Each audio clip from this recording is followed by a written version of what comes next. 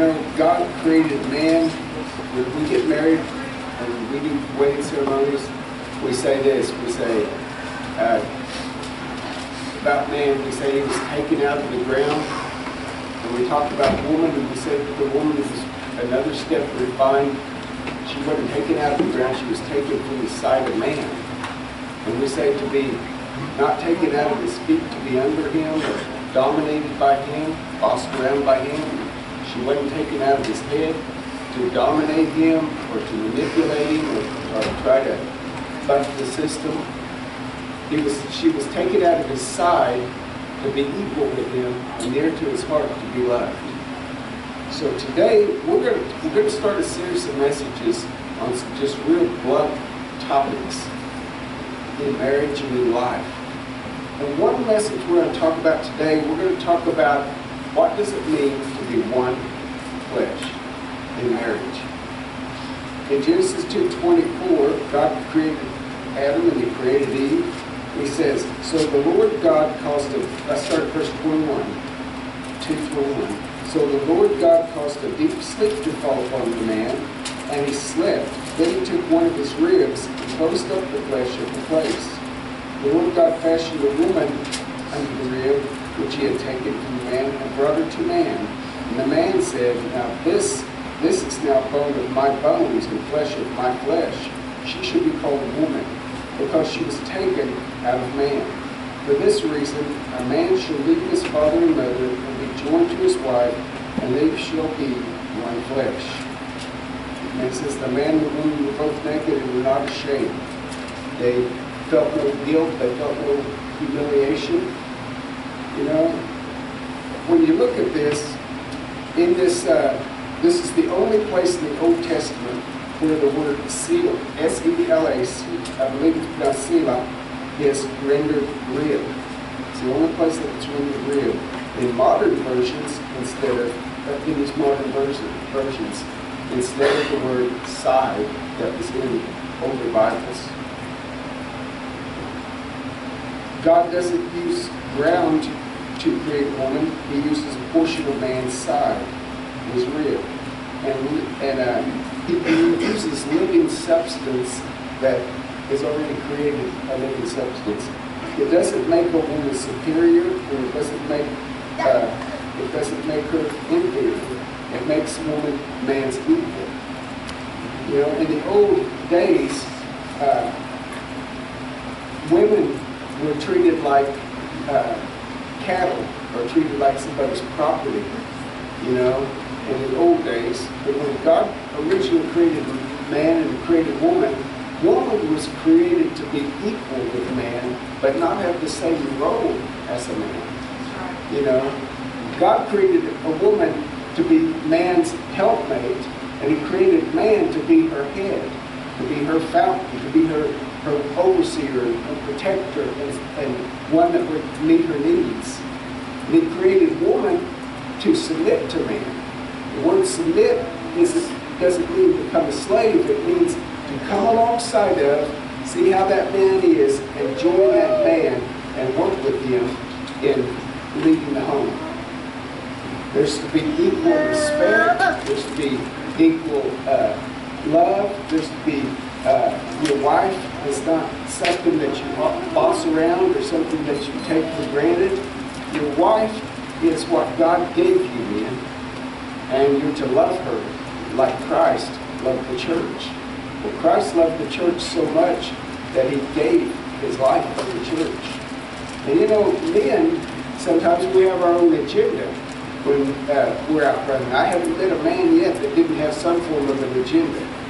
And when that man marries that woman, he is to lay aside his personal agenda. And he is to say, you know, this is my wife, and this is my family, and I need to minister to them, I need to watch over them, and I need to protect them. So here's some points when it talks about man. What does it mean for a man and a woman to be one flesh? What does that mean?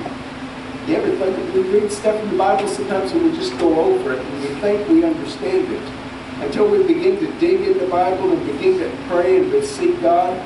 And it's like this. Jesus reaffirmed this in Matthew chapter 19. Now that's Old Testament. This is New Testament.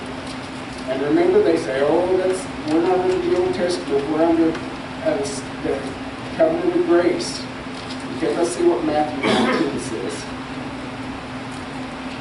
Matthew 19, verses 5 and 6.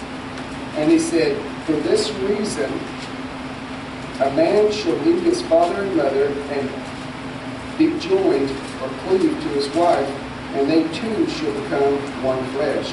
Here's Jesus saying the same thing that Moses wrote in the Old Testament. You know, and they were trying to get this Jesus to admit a man had so many brothers, and he died and left his wife to another, and then he died and he left his wife to another. About 4, 5, 6 brothers, they all died, and in the resurrection, whose wife will she be? Jesus said, well, there's something a lot bigger and better in eternity than just being a husband and wife. He said that a man would join himself to that woman and they would become one flesh. I know that there's a whole lot of talking about splitting up people and about divorce, and if this doesn't work out, I'll just divorce them. And me and Becky taught divorce care for 2 years. We see what divorce does to people. We see how it devastates people. You cannot be married and then divorce and not be hurt. You cannot do it. We seen a woman come one time and she was in dark colors and she was downcast and she was degraded by her husband, who wouldn't allow her to have anything in the house. He down-talked her, he talked down on her like dirt. And Becky and I talked to this woman, and about 6 or 7 classes in, maybe 8 classes in, we seen her and she come in bright clothes and she had washed her hair and she was all happy. Well, what she did is she had to forgive her husband. She had to let that go. And she had to forgive her husband, and she had to own up to some faults that she was doing. You know, I tell people like this, if you got a problem in your family and you fought for a number of months or years, what part do you play in that problem? Because it's not just the man and it's not just the woman. If there is argument and fighting going on, what part do you play? And if you come to me for marriage counseling, I won't talk to you, Charlie, I wouldn't talk to you about Pat's problem, I'll talk to you about your problem. And if Pat comes and talks, I'll talk to Pat about her problem. And then we'll look at ways that you guys can build your marriage stronger. But, you know, counseling people even does absolutely no good unless you follow the counsel. Maybe sometimes when you come for counseling or something, the guy that's talking to you can see things in you that you don't even see in yourself. And yet that guy may tell it and you say, that's just not true. But it is. I tell you, when you get fighting, it is, and it's lasted for a while, what part do you play in this? Now, I'm not saying that to condemn us, I'm saying that to open our eyes, that we would deliver ourselves from the snare of the devil. That we could deal with our own stuff and let God heal us in that. When I think about this, the first point today I want to make is this. When you become one flesh, and here it is, you are not a single individual anymore. That's right. Men, you can no longer live like a single guy whenever you're married to your wife. You cannot. It is totally out there. You cannot live like a single guy when you're married to your wife. Women don't understand this. Women do not understand that a man gives up his own agenda. Oh man, Art might have had fantastic things planned out for him in life, and all of a sudden, here comes Joanne. Oh boy! And then there comes feelings. And then there comes marriage and a baby carriage. And poor old Art, he can't carry out all those great things that he was going to do, like become Mr. World. He can't do that. Because now he has to get a job. He got to move out of his parents' house. You know, women don't understand that when a man, and I'm talking doing it right, when a man leaves his father and mother and cleaves to his wife, that man has to lay his personal agenda down. Now there may be some things, men, that we'll talk about in just a little bit, where you can do some of the things that you wanted. Women! Oh, you don't think I'm going to not talk about it?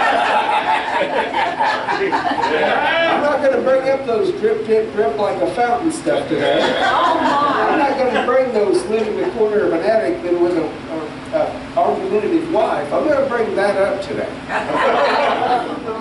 But I am going to bring up this. Women, you can't live like a single woman after you're married. You can't go out with your girlfriends every Friday, Saturday night. You can't go out and just do whatever you want to. You're married to a husband. Seriously, I remember my first marriage, you know. I said, you know, it's my first marriage. You know, I've had experience and have not done it right. You know? But my first wife, I loved her. She was a good woman. But you know what? When we got married, she was 16 and I was 18. And at 3 in the morning, I was thinking, where is she at? You know? She was out running around with her girlfriends, 2 to 3 o'clock in the morning. Made me mad. I thought, this isn't right. She needs to be here with me. You know? We can't just take up our own agenda, men and women. When we get married, we are no longer just ourselves. That's right. Listen, when you get married, you two become one with your spouse. Not only in purpose, but you become one in spirit, physical intimacy, goals, and life. You know that you give up your singleness and you join yourself to your wife or to your husband, and you become one by having the same type of visions, the same type of goals. You know, and you continue down that road, your life becomes one. It's not some supernatural thing that I get saved and all of a sudden, man, all of a sudden me and Becky are so in love that nothing ever bothers us. Man, before I got saved, I lived 20 years or so doing what I wanted to do, when I wanted to do it, and how I wanted to do it. You know, whenever Becky got saved, she'd been doing whatever she wanted to do, whenever and however. You know, if we bring selfishness into our marriage, then we're in trouble. Selfishness will hurt us. The first point is this. When you get married, you're one. You're not single no more. You give up certain things that you can join to your wife or to your husband. It's not a lack of love, but a lack of friendship that makes unhappy marriages. That was from Friedrich Nietzsche. It's not, and that's a good point. It's not a lack of love. It is a lack of friendship and intimacy. I want to read you some stuff real quick. Let's go, well, I'm getting ready. Let's go to 1 Corinthians chapter 7. And I want us to look at this. 1 Corinthians chapter 7, verse 32. Still talking about that we give up certain things to be married. But I want you to be free. This is 1 Corinthians chapter 7, verse 32. But I want you to be free from concern. One who is unmarried is concerned about the things of the Lord, how he may please the Lord. But one who is married is concerned about the things of the world and how he may please his wife. And his interests are divided. The woman who is unmarried and the virgin is concerned about the things of the Lord, that she may be holy, both in body and spirit. But one who is married is concerned about the things of the world, how she may please her husband. This I say for your own benefit, not to put a restraint upon you, but to promote what is appropriate and to secure undistracted devotion to the Lord. You know, it's talking about this. If you're not married, you don't have the responsibility of pleasing a husband. You are free to center your life on devotion to the Lord. And men, women, God ordained that for both of them. But look what it said here. It says here an interesting thing, that we may please our husband, that we may please our wife. What is it that when people get married, that they quit pleasing their spouse? It is that idea that I am my own person in this marriage, and I don't have any responsibility for your happiness. That's the truth. Listen to this. I want to read you something that I found. I thought this was just so neat. This is from, where's that?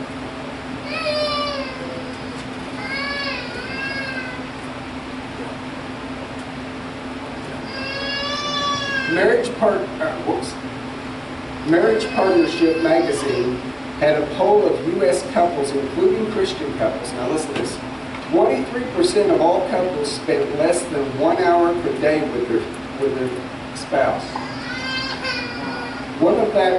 Of that 1 hour per day, only 3 minutes in meaningful conversation. Couples that are both working spend only 12 minutes per day talking with each other. In one survey, more than 90% of the couples who considered their marriage strong and close also said that they spent a great deal of time together. Conversely, divorced couples usually have to spend little time together before they split. In other words, before these couples split, they found a common thread in these people, that they quit being together, they quit talking, and let me tell you something, when that happens, they begin to develop their own agendas. You know, when I look at this, we end up with separate goals, separate visions. And separate goals and separate visions can tear a marriage apart. You know? Remember when you were single and you started dating your spouse? Man, she couldn't get you out of the house. You know, the guys couldn't pull you away to go bowling. You know, you would drop your own mom and dad to go on a date with your girlfriend to the movies. And there was a lot of talking, and it was respectful talking and good talking. Even though you may not have agreed with your spouse, it was still respectful. But as life goes on and people become more and more wanting to do what I want to do when I want to do it, and they get selfish, the less they spend time together, the less they talk. The less they talk, the less they spend time together, that person becomes another girl or another guy that lives in their house. When people use the word my money, my house, my car, that is wrong in a marriage. That is wrong. When it becomes my money, my car, my house, it's wrong. That shows me a person who has drawn aside and said, I'm going to do what I want to do, and I'll give you what I choose to give you. You know? Terrible things can happen when people begin to pull apart. I talked to a couple one time and they were divorcing. And I said, do you not understand how this is going to affect your children?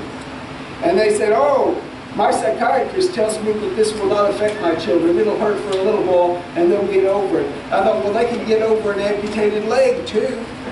But you know, it's going to hurt the children. It's going to hurt the family. Kids raised up watching mom and dad fight like a couple of wild dogs in the house. You know, whenever those kids are growing up and they see mom and dad, they are learning what a married couple should be like. You know, that girl will want someone like their dad. 9 times out of 10.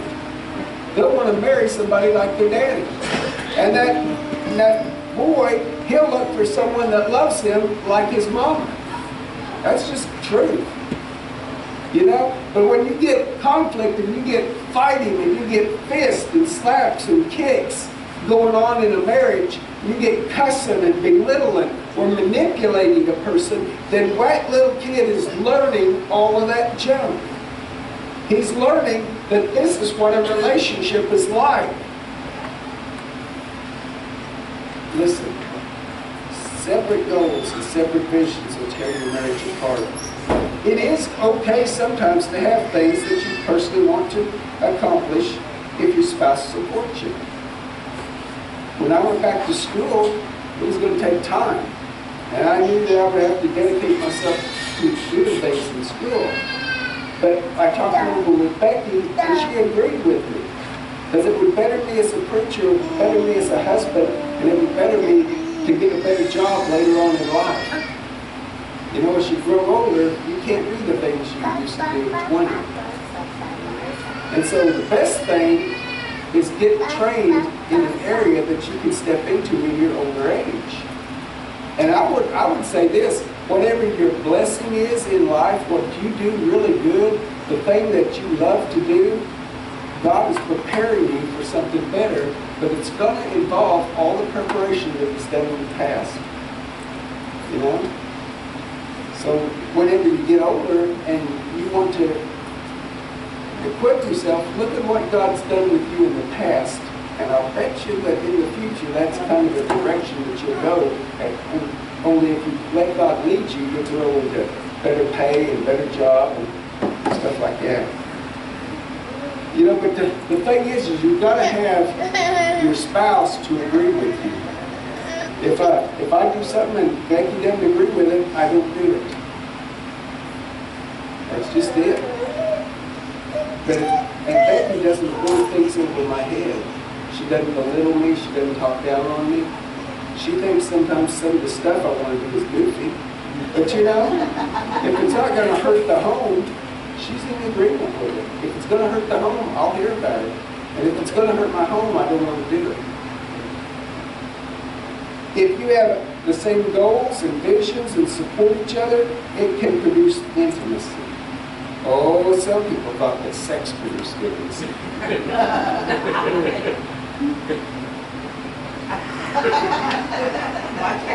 I'm just sitting there thinking about Liz. She thinks I say some rough stuff anyway.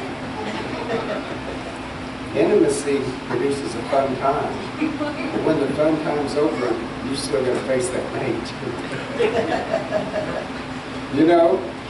But people think that sex is intimacy. Well, sex is a form of intimacy, but that's not really the foundation for intimacy. Because the foundation for intimacy starts in the kitchen and in the washroom. When you're scrubbing and helping your wife, or whenever you're helping your dishes, when you're doing things to help and support each other, that's where intimacy is developed. You know, intimacy, if people say, I want a better sex life, and I'll say, do you help around the house?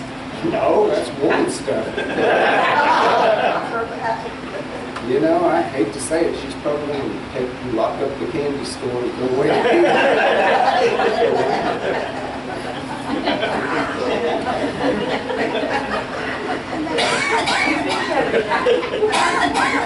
If you have the same goals, same visions, and support each other, even things you don't like to do personally, you know, if your wife likes to play a game, you know, play a game with you. Now, if your wife says Jack don't play games, then thank God doesn't have to do that. But you know, if it's my wife wants to go to the store and walk around, we have no money, we go to the store and walk around. If she wants to go out for a cup of coffee every week, whether we have money or not, we have a date. And we talk about things. And we discuss things. You know? Not necessarily always church stuff. We talk about just life and people and situations, you know? And what's going on in our country and all kinds of stuff. We talk about our goals and what we want to do. When we get more education, we want to open up a ministry, or not a ministry, but it is a ministry, but we want to open up a counseling service. She'll have her degree in nutrition, and I'll have my degree in psychology or Christian counseling, you know? And we'll open up something where we can take insurance and copay and probably write off the rest. because we want to help people. You know, separate goals, separate visions can tear your marriage apart. And whenever it gets going and things start going up, another thing I've noticed in marriages that suffer is this. They don't believe their father and their mother. Now, I'm talking about believing. We talked about you're not single anymore, but I want to talk about believing your family of origin. You know, you are leaving your family and cleaving to your spouse. That word cleave means to be bonded together with a strong glue. You're to leave your family, and one translation says forsake your mother and father. It means to leave and form a new family. You know, one of the biggest things I see is mama and daddy sticking their nose in somebody's marriage. And I see this. Sometimes kids will buddy up with their mom or their dad, and they'll just bring in their opinions. And no matter what mom or dad says, you know, we don't want to upset mom or dad. And, you know, they've been married a lot longer than us. I think we need to do this, honey. Mom will get upset if we don't. You know, there's a reason in America that they have mother-in-law houses. And they seriously do in some areas. But a mother-in-law house is that girl or that guy that does not want to get rid of his mama, and she has got her nose in your marriage. And she is telling you, because she's an expert on that, she is telling you how things you should do and how you ought to be in your marriage. Now, if she don't like your spouse, that's going to cause trouble. You know, sometimes mamas don't set any boundaries for their families. Here comes my part where I get in trouble. A man shall leave his mother and father, cleave to his wife, and they two shall be one flesh. When you let a 19, 20, 30, 40, 50-year-old kid live in your house, you're making a terrible mistake. I know other countries don't see eye to eye, but I will promise you, your children should not come before your marriage. That's right. It's God first, then your spouse, and then your children, and then your ministry. Your ministry comes about 4th or 5th down on the list. Helping other people comes in the ministry. You know, if you don't take care of your house, and you don't be a good wife, or you don't be a good husband and stuff, it's going to affect your children, it's going to affect your spouse, it's going to affect your ministry. Right. It will hurt your ministry. You know, and I'm just telling you the truth. You know, because if you don't make those kids get out, they will not get out. They won't, man.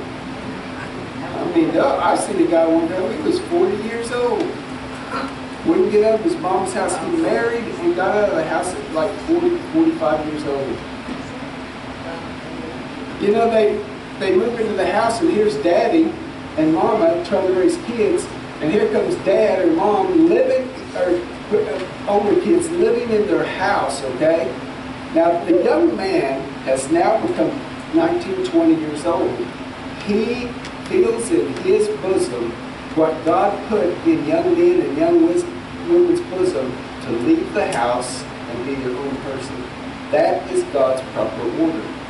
But what happens is that the kids begin to use mom and daddy. And it begins to drive a wedge between the husband and the wife, because one of their grown kids is now in the house demanding to do whatever he wants to do, or whatever she wants to do, and it is causing havoc. It causes so much havoc that the husband or the wife will say something to the other spouse, and they say, "Don't you say nothing about my kids. I choose my kids over you." You're wrong. You're wrong. How can you raise a kid? They call it raising a kid for a reason. The kid God put inside his bosom to go out. You say, what if he fails? How many times you fail? We all got clothes on our backs today. We got food. We got a car. We got the transportation. We failed a lot of times without mom and daddy. They're not going to starve to death. You cannot starve to death in Ponca City, Oklahoma. We got missions. We got a food bank. We got the other place where people can eat. There is no reason for a man to beg food in Ponca City, Oklahoma. That's right. Listen, whenever we see this, and I love my son Jack, I love him with all my heart. But he was tearing our marriage apart. And I felt an obligation to love him. And by the grace of God, I realized that Jack was not before my wife. And I did the hardest thing, one of the hardest things I ever had to do, and that was tell Jack, you got 2 weeks, son, you got to find your place to live. Shocked Jack. Made him mad.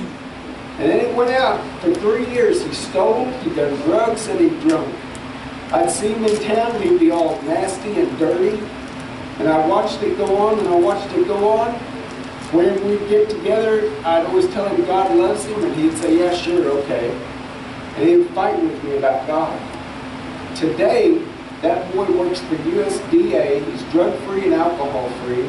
He's got a girlfriend that he's about to marry, you know, and he's got a productive job. He's got money in the bank. This was a guy that lived on the streets in this town.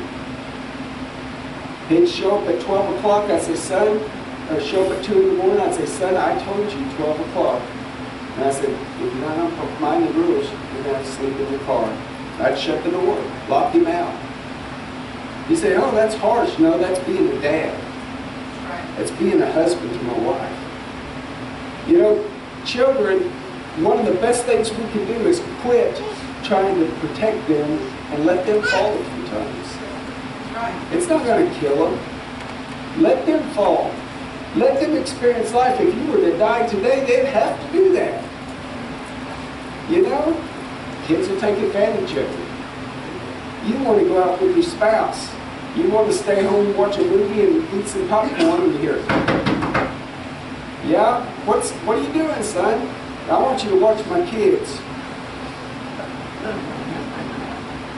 That works once in a while, okay? But you're not their mama and you're not their daddy. You're their grandma and grandpa. You know, oh, I wouldn't want Tommy to not have his Friday night out. That would be horrible. You know, oh, I wouldn't want Freddie to know that I wasn't going to watch my grandkids. I'm forsaking my grandkids. You ain't forsaking your grandkids. You're making your kids grow up. Amen. Oh, me.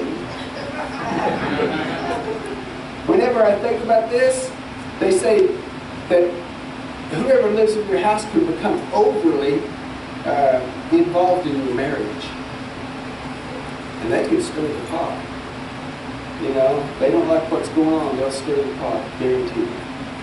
You know, a lot of times if you take the children that are grown out of the house, you'll have a more peaceful house. And guys, I'm sorry, if you're living with mom and dad, when you're 20 years old, you need to get a job. You need to get an apartment. And you need to have a life. I'm just telling you. They say this, they say, and I tell couples this in counseling, every couple I've counseled, and they tell me this, I will tell you, and they'll tell you that's exactly what it says. They say, we need to be one. And I said, I agree. And I said, but which one are you going to be, you or him? Because they don't understand what one means. One doesn't mean that I mold up and be a little carbon of Becky, or that Becky molds up and becomes a little carbon of me. You know? It means, to be one means that we are devoted to each other. We are pulling for each other. We are encouraging each other. We are speaking life to our marriage and not death. You know, you can speak death to your marriage. The Bible says this, and it says a woman, but it can also be a man. It says there is a woman who tears down her house with her own hands. I've seen that. Men can be in your face and you're going to do this right now because I'm the man. Well, that's not a good spirit to have. And then the woman plants her feet and she said, oh yeah? Well, you know what? I will tell you how to cow the cabbage. And you may want this, but I am going to find times that I'm just too busy. Or I'm going to find times that I get so sick I can't do it. Or I'm going to find times that, just inconvenience the situation where I really can't help do that. And you're going to do it. You know? Women can get passive-aggressive, and so can men. Passive-aggressive means, I don't like what's going on, but I'm going to smile at your face while I stab you in the back. I'm just not going to be able to do that longer. I'm sorry that everything got washed in this house except your clothes. You are a man, you can clean your clothes. You know, you might have put a deal in the washer and turn on the washing machine.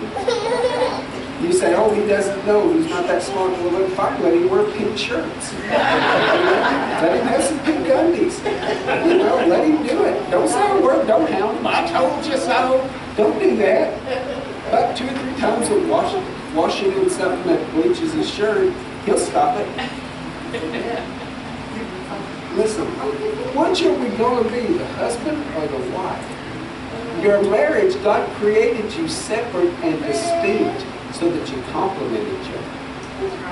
But the big battle in becoming one is selfishness.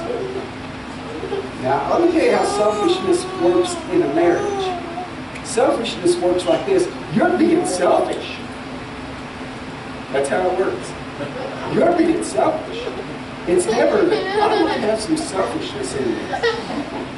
I may have some arrogance in me. I may have some pride in me. I may have some laziness in me. I may have some problems that I don't want to deal with because you are responsible for everything. Women, quit using that. Men are not responsible for everything in your marriage. You're responsible. Just as much as men in making sure that the home is a good place. And men, you're responsible to care for your wife like Christ cared for the church. You're responsible to love her, to cherish her.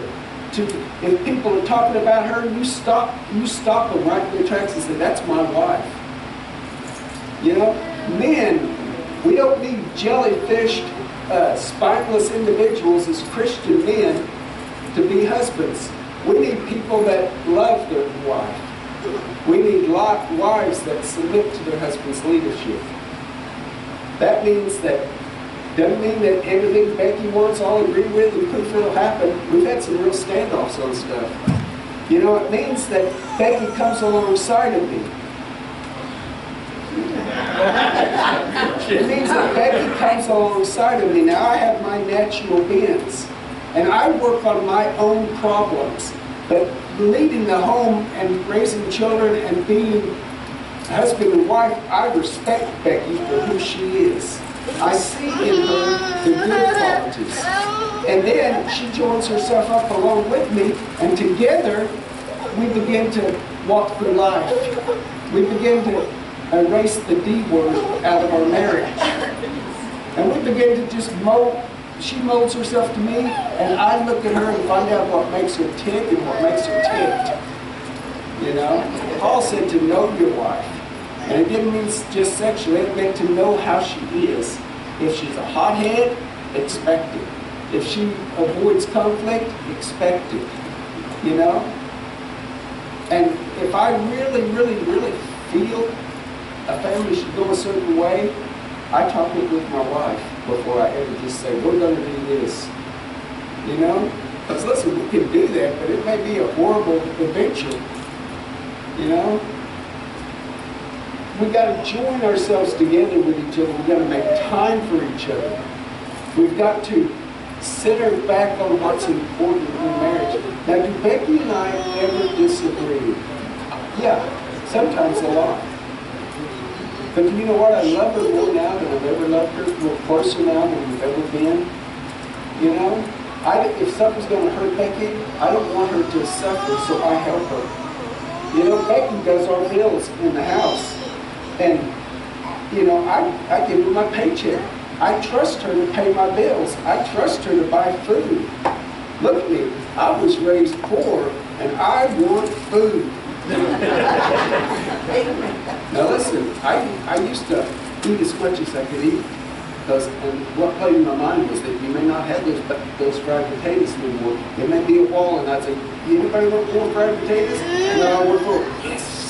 You know, I would even scavenge off of the plates. It was horrible. I'd be taking them to the dishes, and I go, well, that's a good piece of food, and that's a good piece of food. And he says, quit eating the scraps. And I said, well, that's perfectly decent food. And I just wanted, but you know, I thought, I may not have this food again. I had to tell myself, my God, man, I make a paycheck, she buys food I will eat. You know? Becky goes to the store and she'll write me. And she'll say, do you want anything from the store? And I'll tell her what I want, or else I'll say, surprise me. You know? And she knows what I like. And if she doesn't bring me a certain type of hummus, you know, I love that stuff. With pita bread or with chips. I don't say, what? You brought me just olive oil flavored? What in the wrongest world? What's wrong with you, Becky? You know me.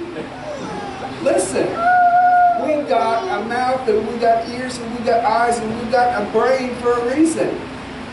Tell them what you like. Quit playing this little game of, you know what I like. Maybe I don't. You can ask Becky. One time, she has certain clothes that I don't wash because I put them in the dryer and it messes them up. So one day I was being happy and I made the clothes and I thought I'll get them out and I'll put them up and have them all hanging for her. She comes in and she goes, hey, that doesn't go in the dryer. And you know better than that. And I said, hey, would I be putting it in the dryer if I knew better than that? You know? I really didn't know. I don't know what goes together like that. Man, I do Christmas laundry where everything is washed together in water. You know?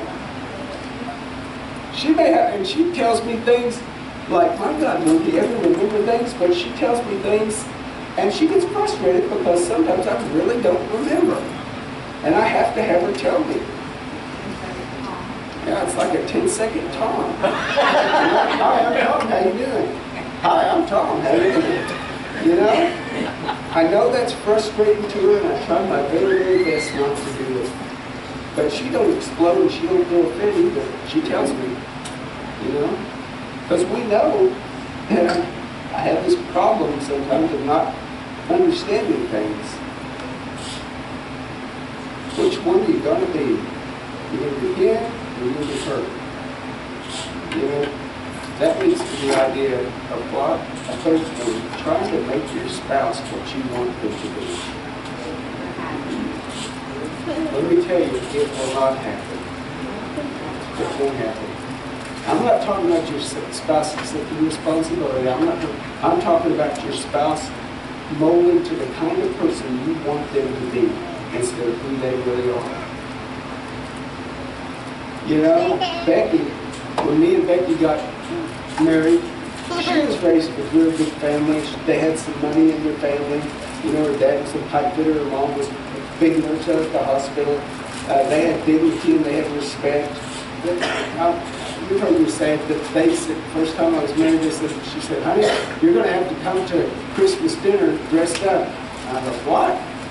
What is that? We're talking about a fellow when my dad picked his teeth at the table with his belt unbuttoned and picked his teeth with a straw from the broom and swept the floor. Oh my gosh, oh my You gosh. know? I was raised just to come in at night and do things, you know? But Becky wasn't. She was raised with a mom and dad that had standards and they had all this stuff. I would get so frustrated. I didn't like people that had money. I was jealous of them. And I didn't like it. Oh my God, I went out of the way to make life hell for them. First time Becky said, let's go to Furs. I thought, ooh, Furs? And man, I was all on edge and I thought, that's a fancy restaurant. And, you know, they brought out your salad fork and your fruit fork and your spoon, and I looked down and I I was mad. I thought, I said, Becky, why do they have 2 forks? She goes, one of them is your salad fork. And I said, what in the name of God's a salad fork? And she goes, it's the little one. And I said, why do we have to have 2 forks? And why is everything brought on different little bowls and stuff? This, you know, you could cut one of those dishwashers out of a job if you just fix it like home. And I'd save some money. And I knew it was bad. Rich, well-to-do people would be eating, and I would set their chair up like that just to mess with them. I was jealous. I was mad. But you know, Becky tamed me. She taught, and she wasn't mean, she wasn't hateful, but she taught me things that I needed to know that I didn't have. She didn't make fun of me, she didn't belittle me. You know, she taught me. This girl has taught me to believe in myself, because I didn't believe in myself when I first got married to her. You know, I had the idea that, hey, you know, it's okay. I can have a new shirt every once in a great while. I don't have to always go to the booth. You know? To me, it's like, I can get that for 50 cents. You know? And I don't mind going to the booth. I don't mind going to that because they got a lot of good clothes. You know? But you look to come alongside each other, not to mold that person into you. That's called, I think it's crustaceanism, where you make them into what you want them to be. You know, I know that whenever I started preaching, people would always laugh. And I was raised in preachers that said nobody should laugh. They're laughing at your message, you know, that you're doing something wrong. I found out that God just made me this way.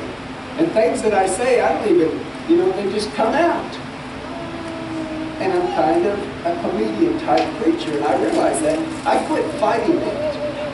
I didn't have to mold to be Oral Roberts. I didn't have to mold to be Rex Humbard. I don't have to mold to be A.A. Allen or any Billy Graham. I just need to be me.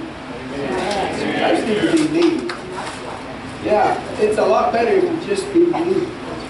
You know, I had things in my marriage that had come down from my generations that Becky and I had to work on. I wanted to be a good husband, but Becky could see this terrible thing that was going to hurt me in my life and in my ministry, and she didn't rip and tear at me. She said, I need to talk to you. And she talked, every time Becky talks gentle and she talks nice to you. Sometimes, if you want respect, give respect. You know, I've never met a person in jail.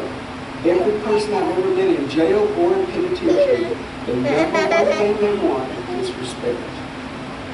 You know, we can give respect even if our spouse is acting like a horse's posterior.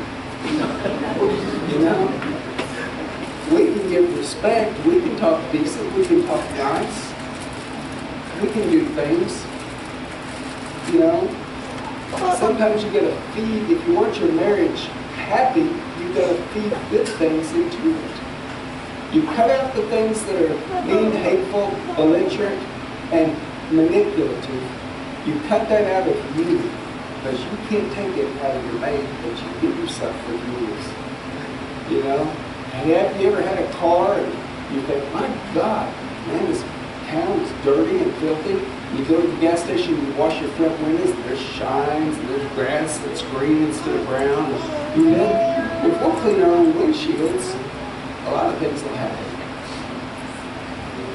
That's how come I tell people, when I talk to couples, I say, oh, we'll talk about you.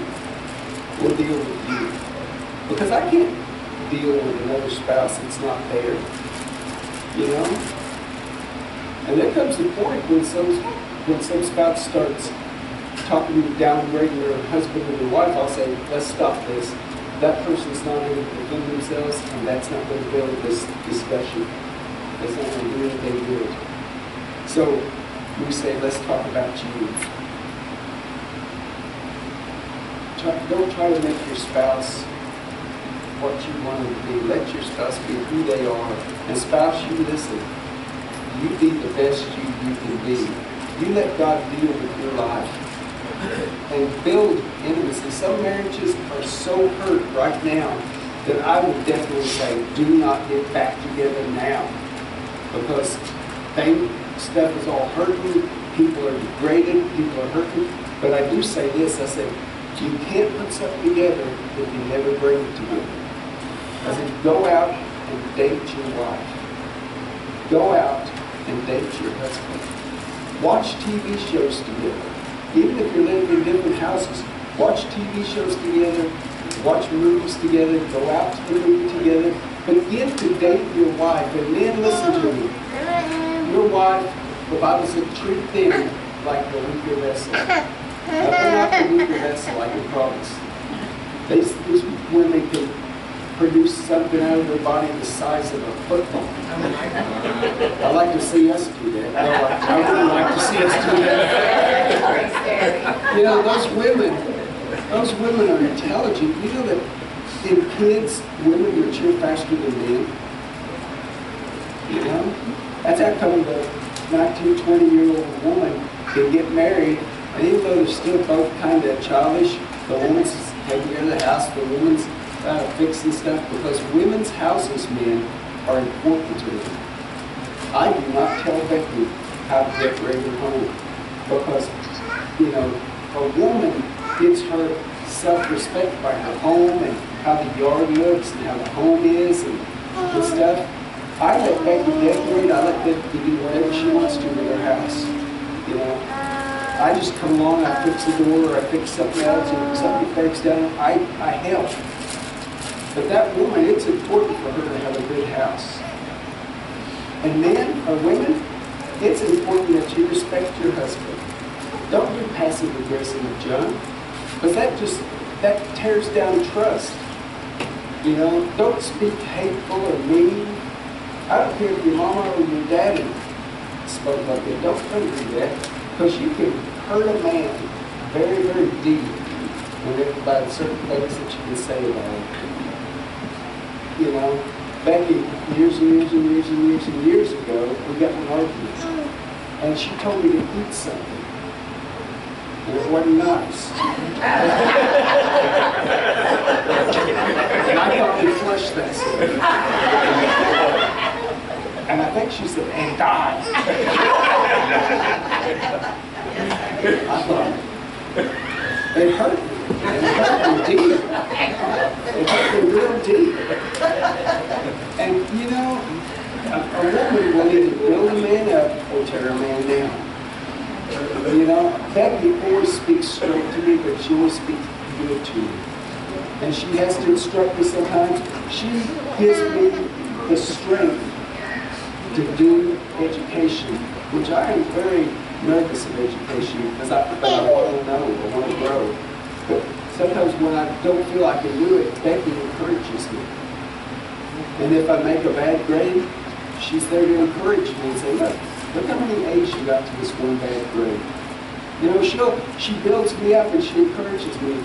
And men, don't call your wives female dogs, because what you say from your mouth will hurt them. That woman is looking to you to keep her safe. She's looking to you to treat her like a fine jewel. She's looking for you to take care of her and to love her. I've never met a couple yet that they did not want the husband to take care of. Because women feel loved when they're taken care of and taught nice to. You know, we get prisoners. And the prisoners can be good. And I've had prisoners cuss me. I've had prisoners belittle me. I've had prisoners treat me terrible. But you know what? I went back at those same deals and talked to prisoners. I flew off the handle one day and said something I shouldn't. And God said, it's hard to witness to you when they won't even talk to you, won't it? And I said, yes, Lord, I know. So I finished drinking my coffee and let God deal with me. So I went in and I said, so-and-so, come here. He said, no, I didn't come here. Well, a whole bunch of prisoners came out. I said, no, come here. I'm not going to hurt you. I want to talk to you. And he came out. And I said, sir, I said, I want you to forgive me for what I told you. He said, I'm sorry. No, he goes, oh, it's okay. I said, no, it's not okay. Nobody should talk down on another person. And I said, just please forgive me, would you? And he did, from that point on, we were great friends. Whatever you sow, that will you reap. The Bible said they've sown the wind and they reap the whirlwind. So a lot of marriage is this. Number one, we're not single anymore. You know?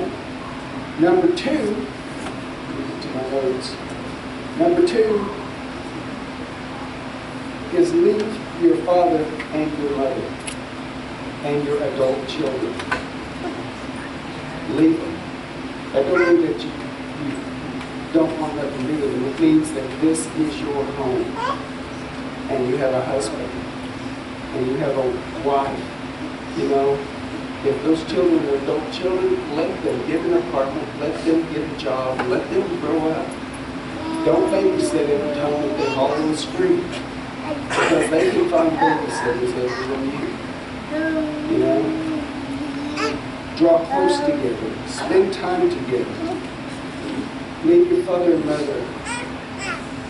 And then remember this whenever you're in a big fight with your spouse. Which one, Brother Jack says, which one do you want to be? Me or them? You know, when the Bible says you two shall be one flesh. One flesh is physical, sexual, it's emotional, and it's spiritual. One flesh is that you take all of who you are and all of who you are and push you together, yet you maintain your individuality, but yet you're one. You're on the same team, you're pulling. You know? You say, well, Jack, how do I start? You start by wanting a good marriage. And then you pray and you ask God to help your marriage. And then number two, you sow what you want to receive. You know?